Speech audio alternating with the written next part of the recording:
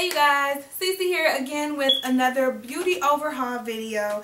If you haven't watched my previous videos, go ahead and check out the other beauty overhaul videos. I will link them somewhere in here. But basically, I am cleaning out my makeup collection. I have a collection of products that I have pulled out of my collection that I haven't used in a while, or that are old and expired and need to go, or products that I just know I'm not going to use and I want to give away to someone who will use them. So this installment of this series is actually going to be on face products, so foundations, powders, concealers, things like that. Without further ado, let's get started. I have a few foundations here that I want to show you guys.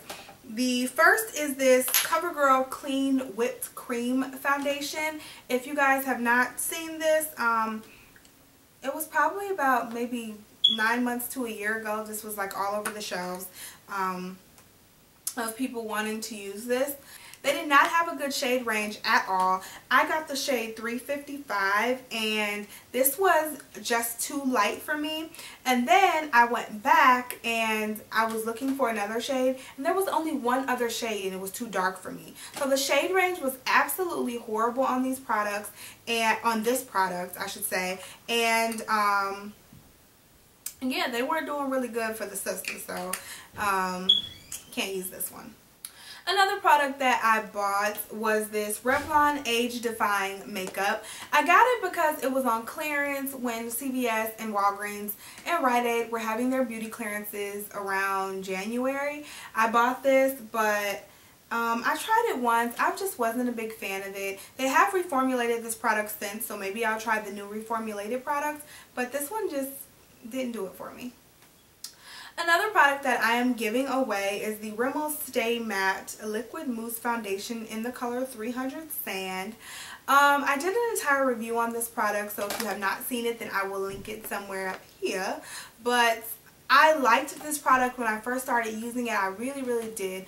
But then I continued to use it and I just felt like it started to, I don't know, it just didn't work the same anymore. I didn't like the texture of it anymore. It just started to look a little too cakey on my face, and I don't know, maybe it was just me, but it wasn't working for me anymore. And I have other foundations that I would like to use, so this one had to go. The last foundation that I have is the L'Oreal Magic Nude Liquid Powder. This is in the color 330 Classic Tan, and this stuff is just, if you can hear it, it's so liquidy and just so thin, and it was supposed to be almost like you have nothing on your skin, so you really had to shake it up. However, this color was just too dark for me. It was just way too dark and I really wanted it to work, but this was just too dark. And then they had a lighter shade and that was way too light, so I don't know, just didn't work for me.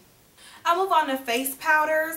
The first face powder that I have is this Coverall powder from Wet n Wild. I have two of them and I use them several times. They're not bad powders. I just have a bunch of others. So I don't know, these two had to go.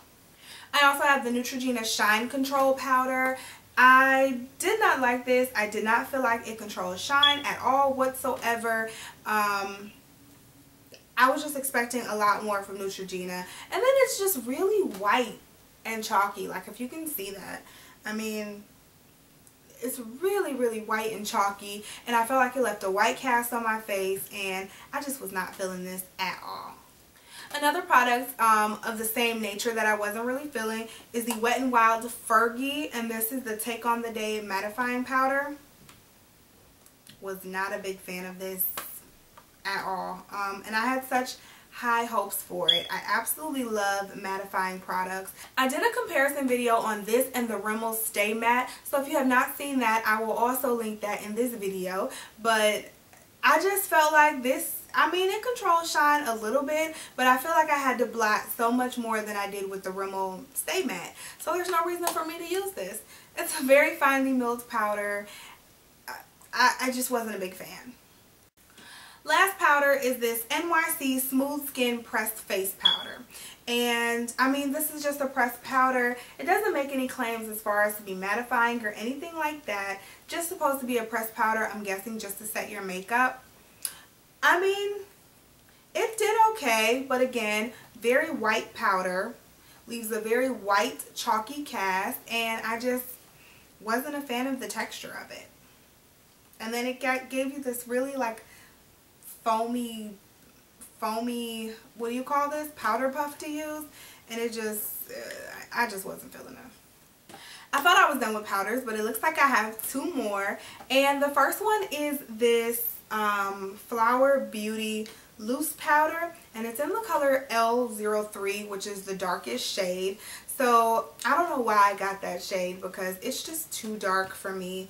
The packaging is so pretty though. Like, it's so cute to sit on your vanity or something. But you take the cap off, and then it comes with this great powder puff, and there's the powder. I barely used this product just because it was too dark. And that's probably my mistake. Not probably, it is my mistake. I should have gotten the medium, but I didn't, and I just can't use this. Then I have this e.l.f. High Definition Under Eye Setting Powder, which I love the e.l.f. products, and I think this is a great product, but I just don't use it ever since I have discovered my banana powder. I mean, that stuff is just amazing, and unfortunately e.l.f. lost that round. I have several concealers to show you guys. The first one is this NYX Above and Beyond Full Coverage Concealer, and it is just this orange corrector concealer. And I mean, I don't have like really a lot of dark circles under my eyes or anything where I really need this orange concealer. I don't know why I bought it, but I just don't know why I bought it. I have the Physicians Formula Conceal RX, and it's Physician Strength Concealer. This is supposed to be a very, very good industrial strength concealer. I got it in the color Natural Light, and it's just way too heavy. It's hard to blend underneath the eyes, and it's just way too heavy. Again, I don't have really, really bad dark circles or anything, so in my opinion, it just did too much for my skin. And the same goes for the Hard Candy Glamouflage. It was just way too heavy for my skin. I just really don't need a heavy concealer like that. I have a concealer from Milani, and this is their HD Advanced Concealer. It's a Click, Cover, Correct, and Protect Eye and Face Concealer. And it comes in this really cute gold packaging. Kind of reminds me of the YSL Touche Eclat. I don't not like this concealer, but I had two of them in the same shade, so I just decided to give one away.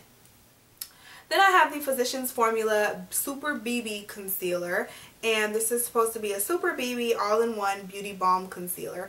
I have no idea what the difference between a beauty balm concealer and a regular concealer is, but I mean, I can say it was okay. Wasn't the best concealer, wasn't the worst, but I just don't need it.